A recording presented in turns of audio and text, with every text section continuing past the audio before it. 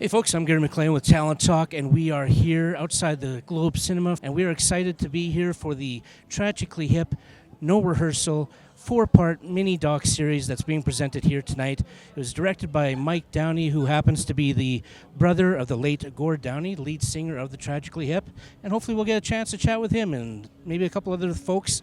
So hop on in, join us, and we'll see you on the red carpet this week.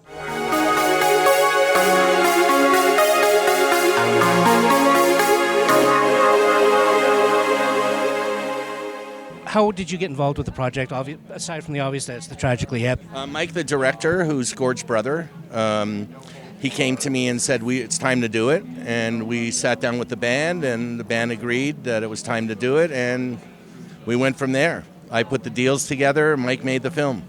How involved was the band itself in this whole production? Well, they sat down for about 55 hours of interviews, so I guess they were involved. They got to see everything.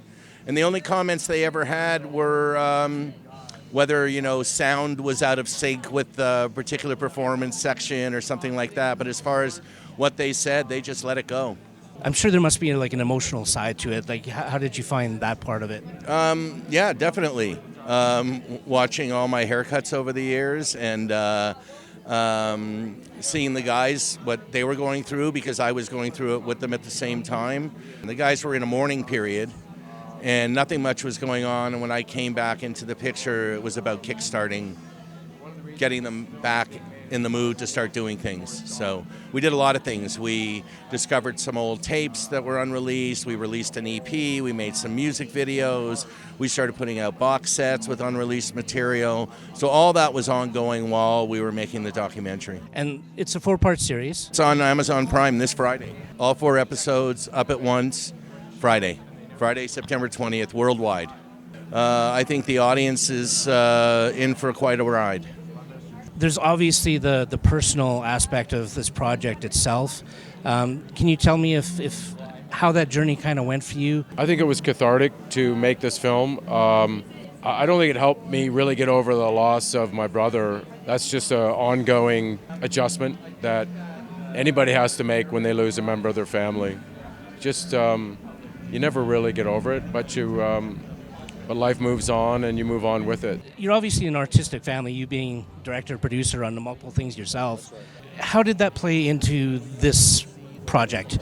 Yeah, listen, I think making a film about your brother is going to be complicated, but at the same time, it's really everyone else who's telling the story. I'm prompting people, I'm doing the interviews, I'm sort of trying to get people into a state where they can really communicate what their experience was like in the Tragically Hip or as a inner circle with the Tragically Hip.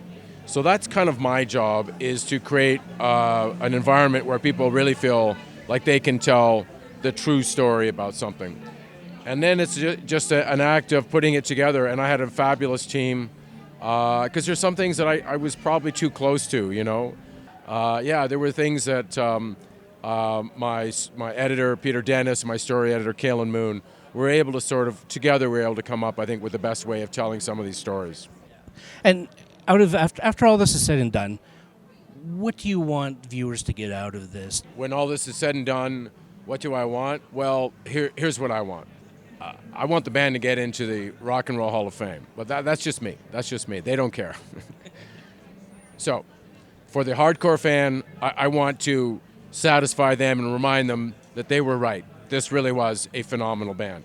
For the casual fan or the lapsed fan, I want to give them a kick in the ass and say, hey, don't forget, this band did an incredible job in this country for 35 years. Pull up your socks. For the new fan, I want to say, you missed it, but it's not too late.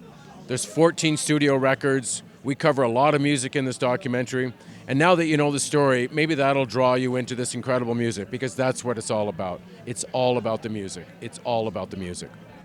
Well, thank you so much for your time, Mike, and appreciate it. Yeah, pleasure.